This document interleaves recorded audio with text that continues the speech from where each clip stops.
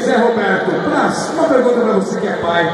Seu garoto logo já deve jogar uma bola, logo pode estar disputando uma competição como essa. Qual o seu conselho como pai, para os pais que estão com seus filhos aqui e como atleta para os garotos que vão participar da nossa competição? Boa tarde.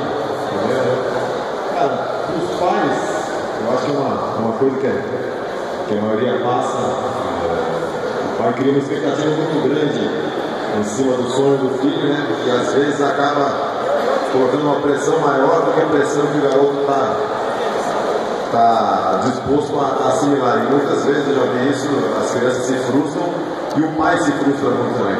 Então, ainda mais na idade deles, é desfrutar do momento, aproveitar o futebol e a prática esportiva que traz muitos benefícios, né? Inclusive para a vida, mesmo que não venha a ser jogador, mas apoiar o filho de todas as maneiras e para os meninos acreditarem no sonho, porque vale a pena.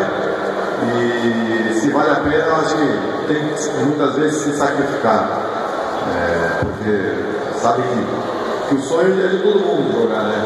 Poucos chegam e poucos são dispostos também a fazer o sacrifício necessário, né? Mas acreditar no sonho e principalmente desfrutar do futebol.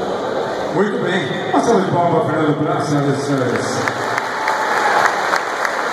Felipe, sinônimo de gala é a sua pessoa, a sua personalidade.